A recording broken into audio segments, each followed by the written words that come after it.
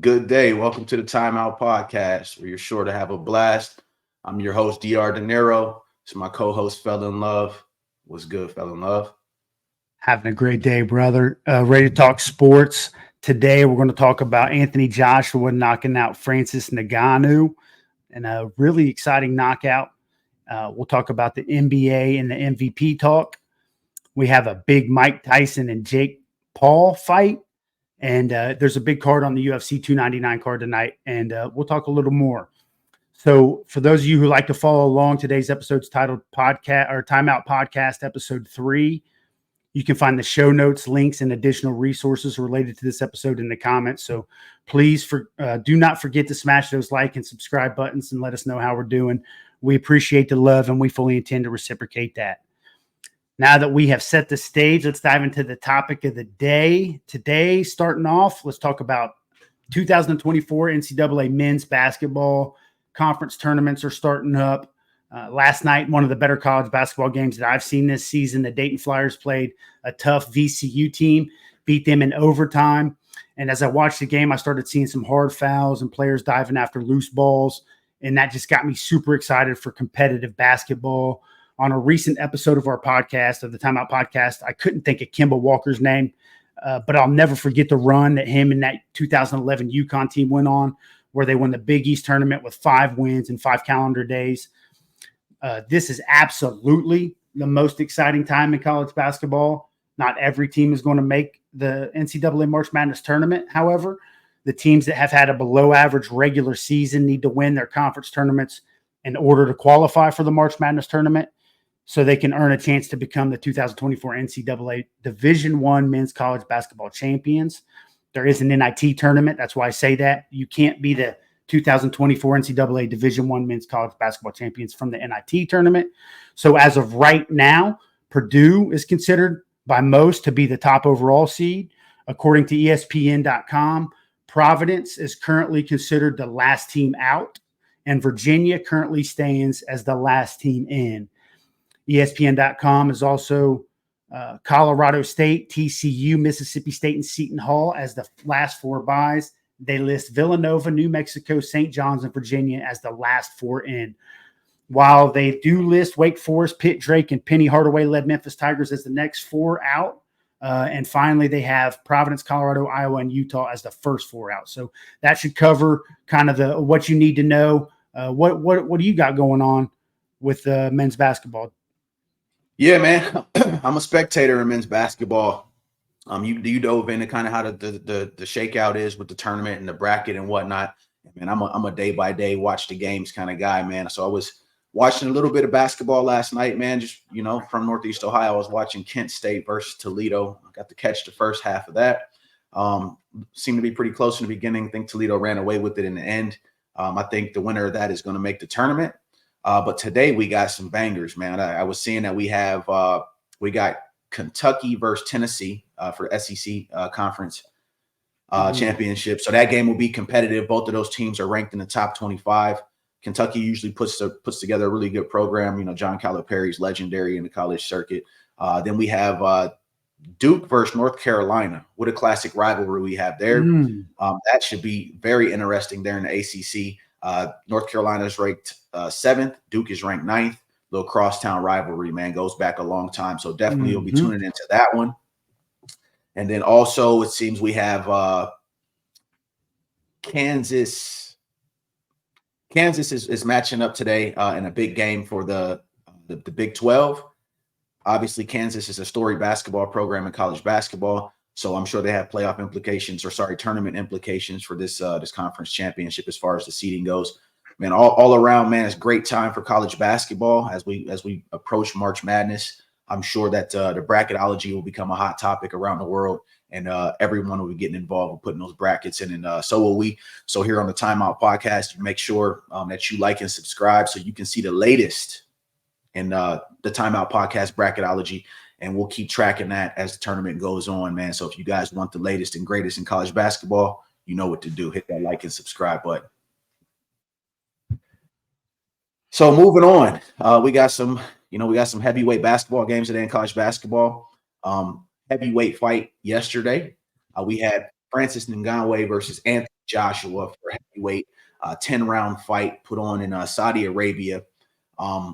It was what we thought was going to be a heck of a fight after watching Ngannou go against Tyson Fury, who, in my opinion, is the leader of the heavyweight division and one of the most skilled boxers that we've seen in a long time. Francis Ngannou took Tyson Fury the complete rounds, 10 rounds in a heavyweight fight late last year. To everyone's surprise, he was able to knock Tyson Fury down and, in most people's opinion, outbox Tyson Fury. However, Tyson Fury got the split decision. Understandable. He's a big name in boxing. So to beat the guy, you had to knock him out. So that led to yesterday's fight against Anthony Joshua. That fight didn't go as good as the Tyson Fury fight did for Francis Ngannou.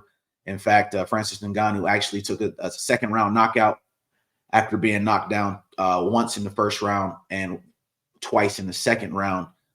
He got caught with the overhand right by Anthony Joshua, and there was no getting up from that.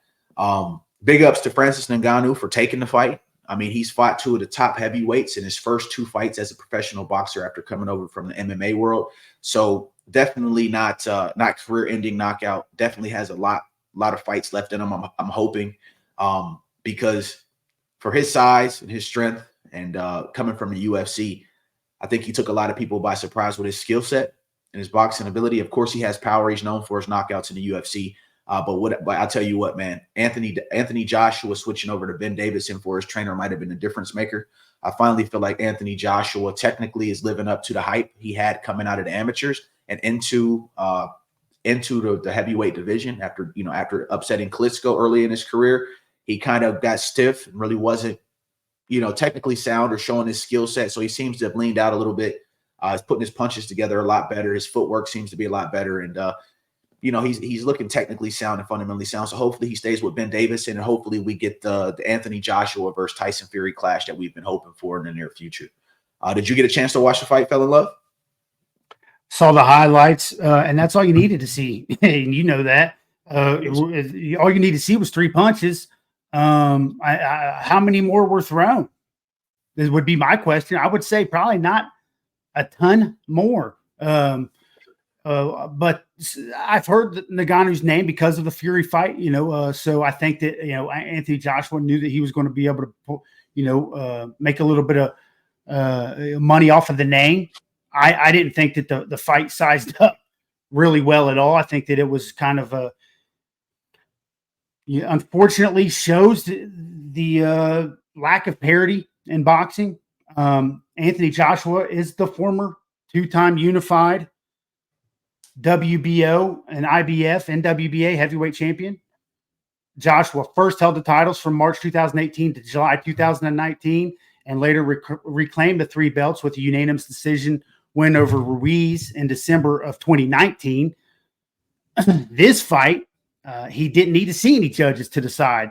The 34-year-old Anthony knocked Ngannou out in the second round, but he really got the party started in the first round with the straight right hand that sent Ngannou to the canvas.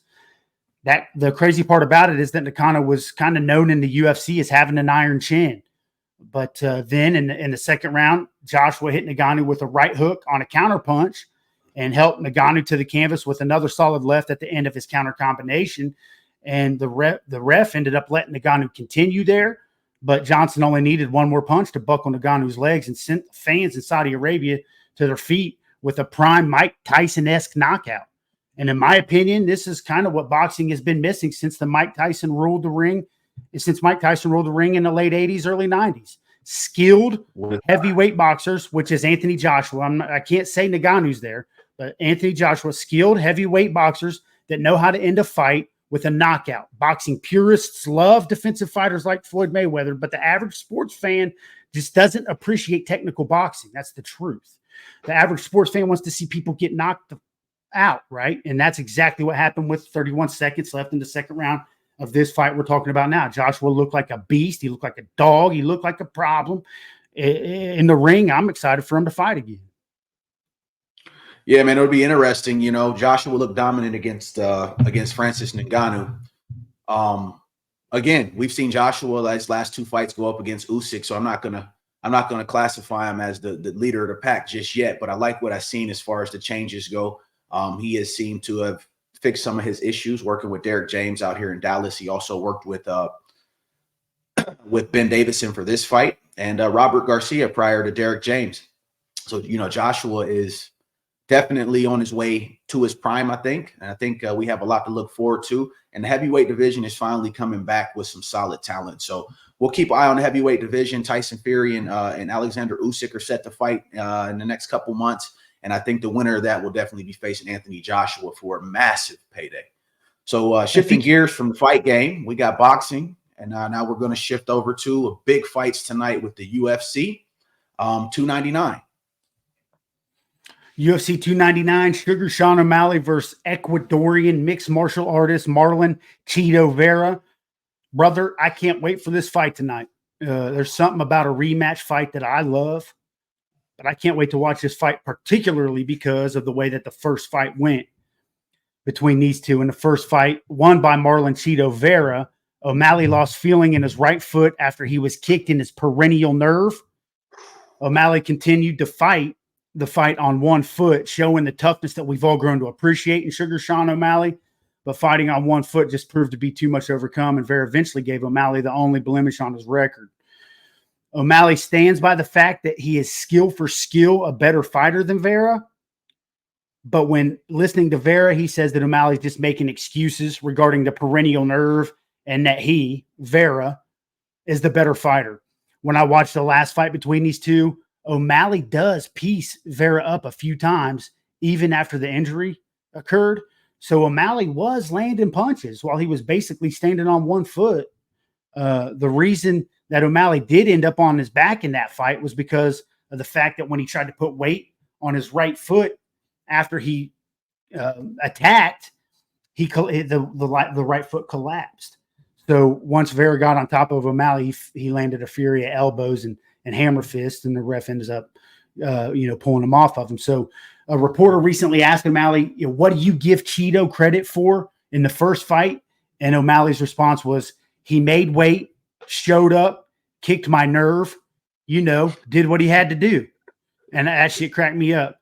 Impressively, Sugar Sean O'Malley has the highest strike accuracy in bantamweight history, landing a whopping 61.2%. That is incredible. I did not know he was could strike like that. I knew he was a good striker. I didn't know he landed at the highest rate in bantamweight history until I recently came across that research. And the truth is, the first fight ended with a lot of question marks. Tonight, I expect Sugar Sean O'Malley to do what he has to do to end up winning this fight tonight. Man, heck of a fight card, man. Sugar Sean O'Malley, probably one of the most entertaining fighters we've seen since Conor McGregor left the game. Not left the game, but it's been on his hiatus. He's very entertaining both inside the ring and out. So I think he's very good for the UFC. And like you said, man, this is a rematch. Unfortunate circumstances happened in the first fight, but that's to be expected in the UFC. In the UFC, anything can happen at any time. We've seen legs break. We've seen eye pokes. We've seen fingers and toes, crush. And so it's the ultimate fight, ultimate fighting championship. So we'll see what Sugar Sean O'Malley can do against Vera. I personally think he's going to sweep him pretty easily. Seeing how the first fight was, again, a nerve, struck a nerve with the leg kick. So maybe Vera switched up his game plan. He's going to try something different. He has a, jiu-jitsu background. So it'll be interesting to see if he tries to take the fight to the ground. Sean, as you mentioned, is one of the best strikers in the bantamweight division. And so it's probably going to be a little bit tough for Vera to get him to the ground because his striking ability is so good. But that's the beauty of the UFC, man, and mixed martial arts is that each and every fighter has their strong suit, and they have training camps to strengthen up those weaknesses. And so we'll see what Vera has done in between time. But not just them two fighting on the card, man. We have Benoit St. Denis and versus Dustin Poirier. Dustin Poirier, of course, storied champion, spent a lot of time in the UFC, and he's pretty much fought everybody. Known as one of the best boxers, strikers in the UFC. I want to say he's 15 wins, 7 by KO. But again, the Frenchman has a Brazilian jiu-jitsu background as well as a kickboxing background. And so he's looking to come from number 12 and take the number 3 spot by beating Dustin Poirier. Dustin Poirier is getting a little older. So, we're going to see. We're going to see what happens. But there's also another fight on the card. We got Kevin Holland versus Michael Venom Page. Two very exciting, very, very charismatic fighters fighting very similar styles, very similar profile as far as their size. So no real advantages there as far as the size go. But both of them are very athletic, good striking ability. Both of them are solid on the ground. And so that card for me, I'll be watching that one closely as Kevin Holland actually fights out of Fort Worth, Texas. And so I look forward to the UFC 299, man. And more importantly, this leading up to UFC 300. So shifting gears, we're going from the Ultimate Fighting Championship. We're going to switch over to the NBA 2024 MVP race.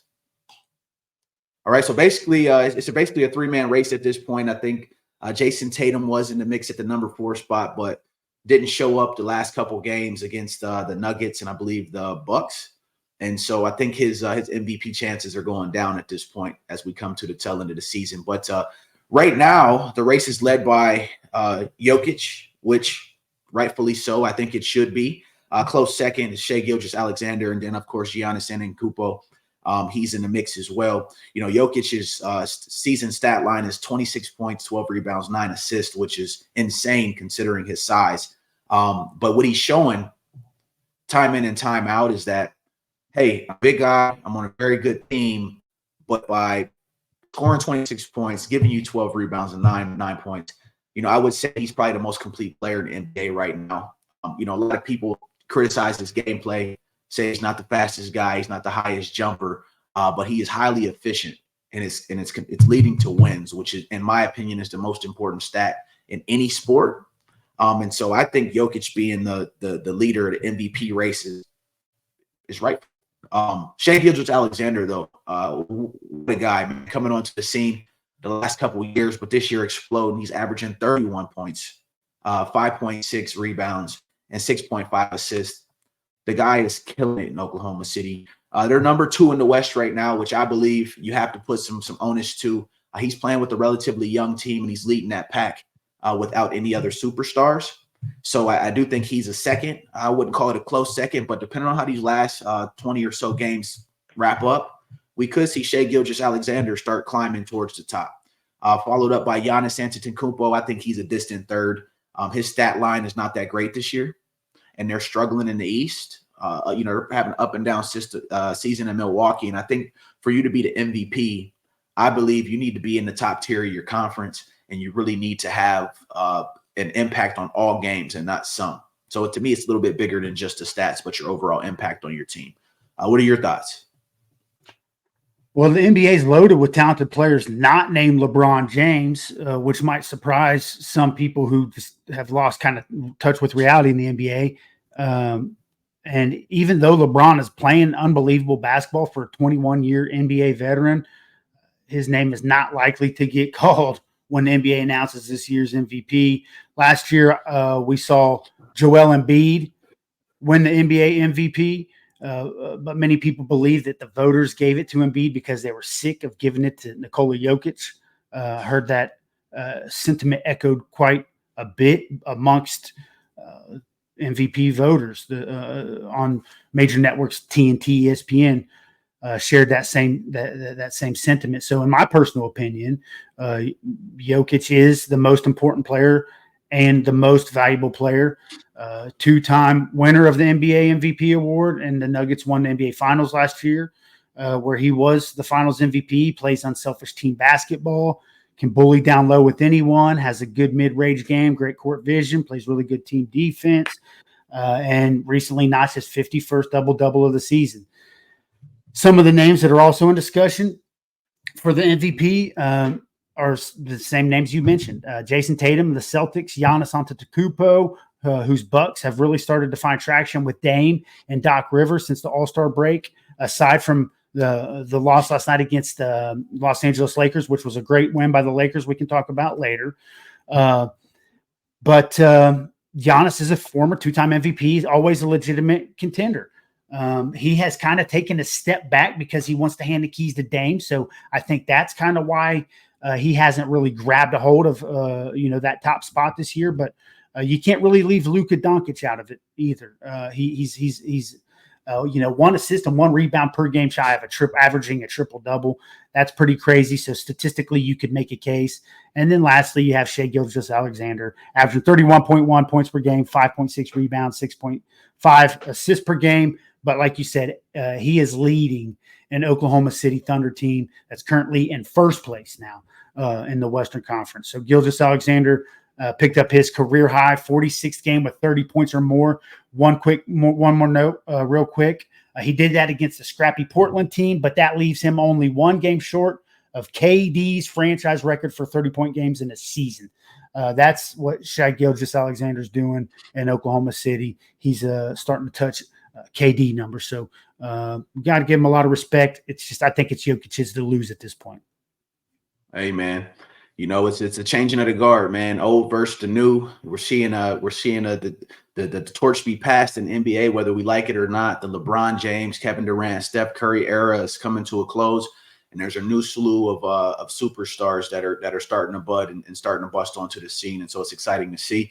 Speaking of old versus new, we got a fight coming up that just was announced, and it is Jake Paul versus Mike Tyson later this summer. What are your thoughts? Man, well, 57-year-old Mike Tyson is facing 27-year-old Jake Paul, and really a stunning boxing match that will stream live on Netflix when it happens. But it has been more than 3 years, I think, since the last time Tyson fought in an exhibition. Tyson's, I think, last professional fight was in 2005. I have seen some recent videos of his training, and he's throwing some pretty crazy combos. The last exhibition fight that Tyson fought was against Roy Jones Jr. in November 2020. Most of us remember that. Tyson came out in that exhibition match pretty aggressive versus Roy Jones, so I'd expect him to do the same against Jake Paul. Tyson, in that match, he looked physically fit. When I see the videos of him now, he looks physically fit. I thought it was funny, though, what he credited, his want to get back into boxing to when Tyson, when in response to it, said he credits a psychedelic drug known as toad venom as playing a significant role in him getting into great shape in his 50s. On the day of the weigh-ins for the Roy Jones Jr. fight, Tyson said, "I took the medicine, and the medicine told me to get into shape. The toad venom, really blew my mind. The toad venom, told me to come back and start getting in shape," end quote. That cracked me up. Meanwhile, Jake Paul's already promoting the fight by saying things like "time to put Iron Mike to sleep." He's a great promoter. I give him that. They're releasing the Netflix trailer. He's getting out of a helicopter, standing face to face. Great promotion techniques. But as far as I'm concerned, over the last 5 to 10 years, a lot of the big draw fights have been these exhibition cards. And it's almost gotten to the point where I'm willing to kind of get on this Timeout podcast and say, hey, I'll accept any exhibition boxing match as long as the payday's right. It almost seems that simple. Just to get on to go make a quick 25 mil. Dr. De Niro, what do you think this is doing to the sport of boxing? Do you think that these exhibition fights are good for the sport or bad for the sport? Well, honestly, man, I'll say for the boxing purist in me, I don't even classify it in the same category as true boxing. But it's you can't just turn a blind eye to the profile that it's bringing to boxing, right? It's bringing in a whole new fan base of younger participants in the boxing sport that, let's be honest, boxing was more of a classic pugilist sport, right? People in our age generation, 40s, 50s, 30, mid 30s, were watching boxing growing up with the Mike Tysons, Evander Holyfields, Roy Joneses.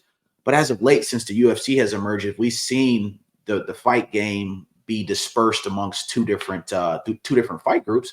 And for the last decade or so, it seemed like UFC has had a better grasp on the fight game than boxing has. So in the sense that Jake Paul and these exhibitions are bringing people back into boxing, of course. But do I like the fact that Jake Paul is fighting Mike Tyson? Not really, man. I'm a personal believer that Jake Paul, he's building a brand, right? He's building a promotional company. And I think what he's doing is he's picking these fighters with huge names, i.e. Mike Tyson, Nate Diaz, Anderson Silva, giving them big paydays when they need it. Of course, got to respect them for that. But I believe he's probably putting some language in these contracts to say, you can't knock me out or you lose your purse. It has to go this many rounds or I'm going to knock you out. So keep your hands down. So I'm going to kind of say these fights are a little bit fixed. But the caveat to that is I watched Mike Tyson versus Roy Jones, and that probably was similar, right? No knockouts, no hard punches, kind of like a sparring match. I don't know if Mike Tyson gets punched in the face, I'm not sure if he's going to be able to not go for the knockout, right? Iron Mike Tyson from back in the day, whipping those combos, him and Customato. I think Jake Paul might have signed up for something that he's not ready for. Because I think once Tyson gets hit, man, he goes into a completely different animal, man. You remember, I want to eat your children. I think he goes to that once he's punched. And so I'm excited to see Mike Tyson in the ring, but I hate that it's in an exhibition against a YouTuber, right? I know a lot of people give Jake Paul a lot of credit. He's a real boxer. I got plenty of people that I talk to say, oh, he's a legit boxer. I will give Jake Paul some credit as a boxer when he starts fighting legitimate competition. To me, UFC fighters, yes, they're professional fighters, but boxing is a completely different thing. They don't call it the sweet science for no reason. And so it takes time, and you need to build your resume. And the guys that he's building against, quite frankly, are, the boxers, they're not good boxers. And the one boxer that he did fight that was notable was Tommy Fury, and he lost. So kudos to him for raising the profile of boxing. Kudos for him for getting these UFC guys paid. But at some point, if you're going to call out Canelo, you better start taking on some real fighters. And I'm not saying anybody in the top 10 or anything, but there's some guys out there that are not ranked, that are Olympic pedigree, storied amateur background, that Jake Paul could fight to really test his skills if he was serious. But I'll wrap it by saying this. I don't think Jake Paul seriously wants to climb the ranks of boxing. I think what he's doing is building out a promotional company to compete with boxing. So your DAZNs, Matchroom, Golden Boy, and Top Rank, but also to compete with Dana White and the UFC. So I think he's trying to put a wedge in between the two and bring them together through MVP Promotions. And I think he's doing a heck of a job as a promoter. Not so much impressed with his boxing ability. I want to say this. I do think that he loves the sport. I don't think that you get that far into doing this without really loving it. So he has to. You don't train it with something like to the abilities that he's trained. I mean, there's he's put the work in. So I do want to give him that. Timeout. Yeah. So loving the sport and being serious about the sport are two different things, right? So you can have love. Like, I love boxing, but I have no intention on going to fight for a world title. Right. So if I look at intent, I think, he can love the sport and train. I do the same, but I have no intent on challenging for any titles, any WBC, WBA, WBO belts. I'll touch on what I said before.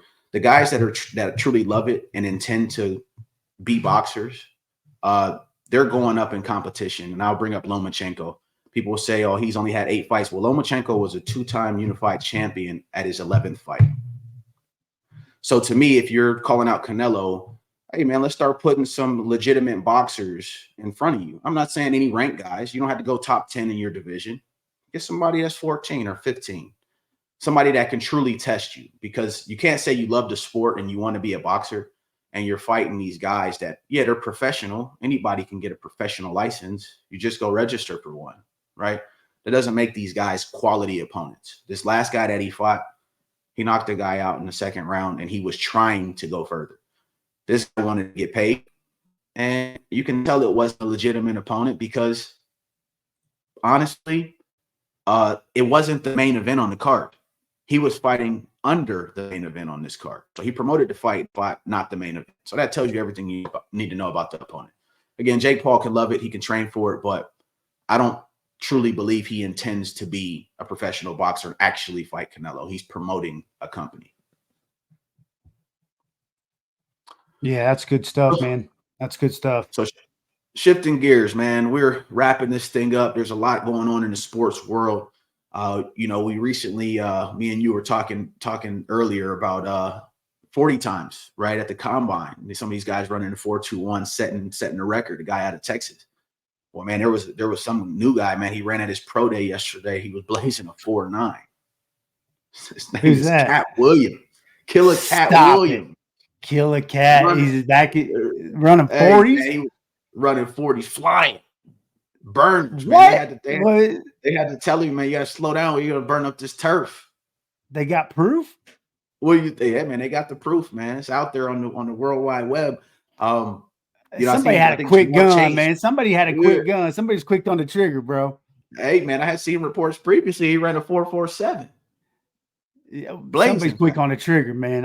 Let me get a stopwatch. I'm good on that trigger, bro. I can. So, Hey, first so what you movement saying? that's on, and as soon as that first body part crosses that 40, and I stop it. I'm good on saying I'm good on the gun. I'm saying this is what I'm So what you saying. I'm saying? He saying didn't when run it it? comes to, I'm telling you what I'm saying. I'm saying when it comes to timing somebody on a 40, I'm as good as anybody in the game. No. So back to the topic. We ain't talking about your quick trigger. We talking about the Cat I Williams am. run a 4.9. I am. I The am. Cat Williams run a 4.9.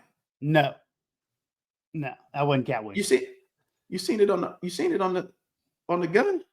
No, I didn't. I didn't see nothing. 4.97, man. I didn't see Hey, nothing. hey, Cat, we got doubters, man. I think y'all live in the Yeah. same area. I think you're about an hour away from each other. Maybe you had to link up and show us it's real. My If man, Cat my wants, man fell in love, said he got a quick trigger, man. He said he could clock you right. He used to work at Ignition, used to train the Cincinnati Bengals. As our guest last week, John Connor, trained him. So, I mean, my man fell in love, knows what he's talking about.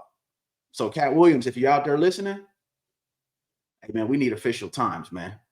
You can't be tricking us and trolling us with these 4.9s. That's NFL time, Cat. 4.9. I'm not at his size, you know. I mean, his size, he's going to need that 4.47 that, on that other video. So I just want to know why people are out there making these videos. I mean, is it they just think the Cat Williams draw is going to get them views? I don't know really what that's all about. I'll tell you what. To shift gears just a little bit. One thing that I was watching last night, I saw some highlights from UCLA, USC women's basketball played, and Juju great Watkins. game. That went to she played. She rolled her ankle twice, came back both times, finished the game. They ended up winning. USC ended up winning. I couldn't help but to think, like, man, does her and Bronny have a love and basketball thing going on? You can't help but to think that. You can't help but to think. I ain't the only one that thought that. There ain't no way, but that was a fun game. And with what Caitlin Clark's doing,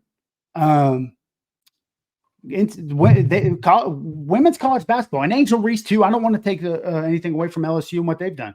Women's college basketball has got the attention of a lot of people, and it's exciting. So kudos to them.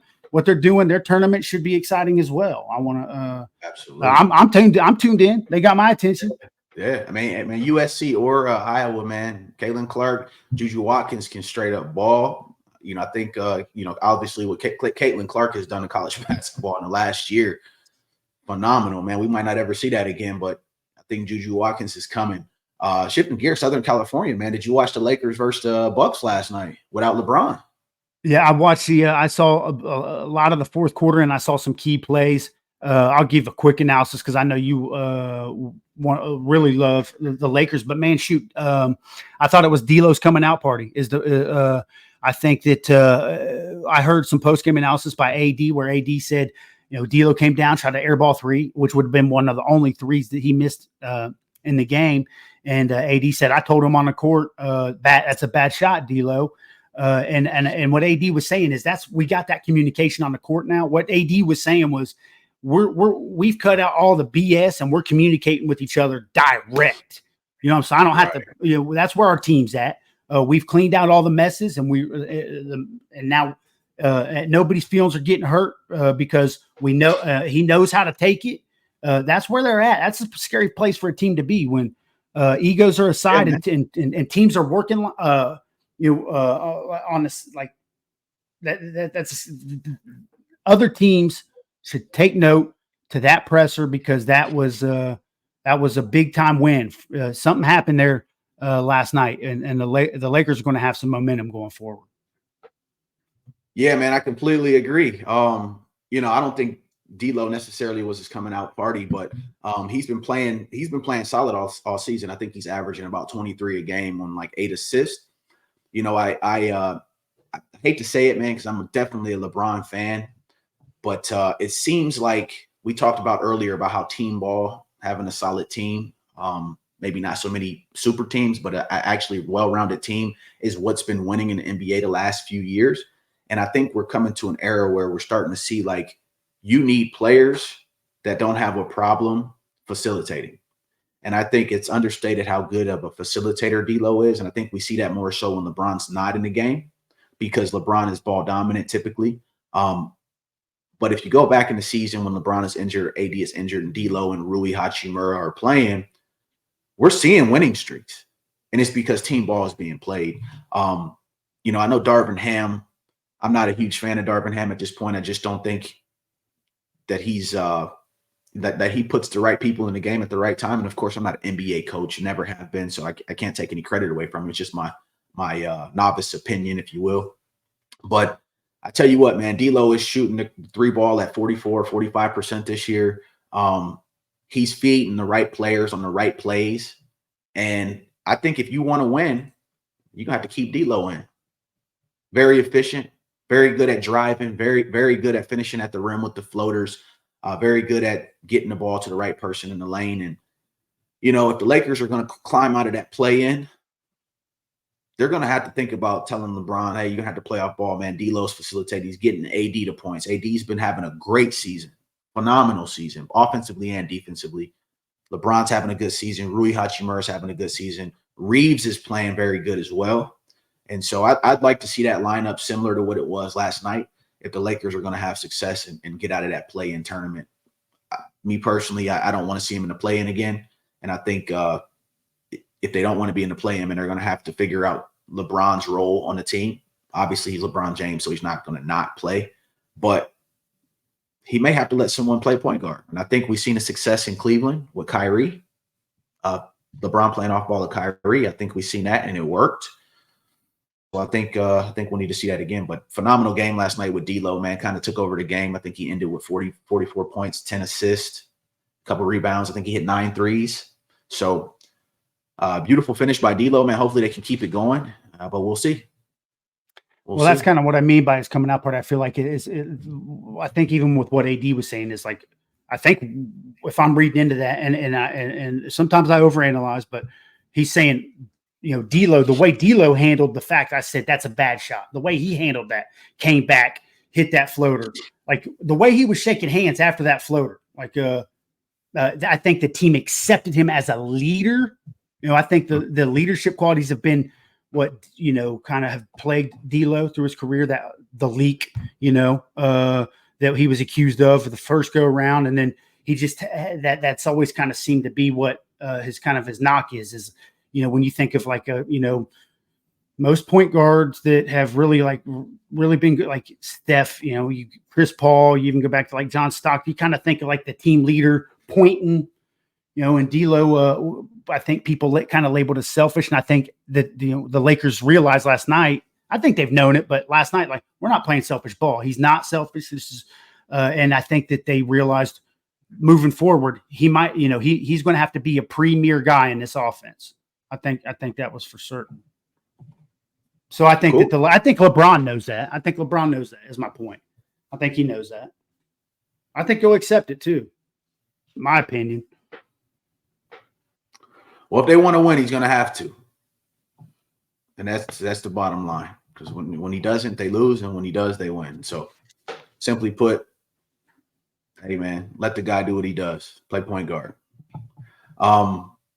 Any final thoughts, man? We got free agency coming up Monday, Tuesday. No big. We had a few signings. Few people got released. It seems like teams are jockeying, clearing cap space, bringing in certain people to have permission to talk. Monday is the day where they can start talking, and we expect some deals to be had as far as free agents. I think Baker is one of the big names. Obviously, Kirk Cousins, running backs, of course, there'll be a lot of talk there. But any big expectations or predictions as far as where anyone's going? I think that's the $1 million question. I tend to stay away from predicting where people are going to go. Aside from some of the folks that got franchise tagged, that the front offices of those organizations are working to sign them to long-term deals. The Ravens did that with that defensive tackle who's got the impossible last name, and they just signed him to a 4-year deal right after they had franchise tagged him. So I think that those are the types of things with the new league year coming up this Wednesday. I think those are the types of things that the front offices are kind of focusing on. And then once like Wednesday hits, that's when we're going to start seeing a lot of movement. Players signing with new teams, free agents getting into new organizations, and that's when the NFL offseason should get pretty interesting. You're going to have some teams that sign some people that all of a sudden their fan base is going to be, we're winning the Super Bowl type stuff. Yeah. So no predictions. Not telling where anyone's going. Gotcha. Okay. Fair enough. Yeah. So, of course, everyone makes predictions.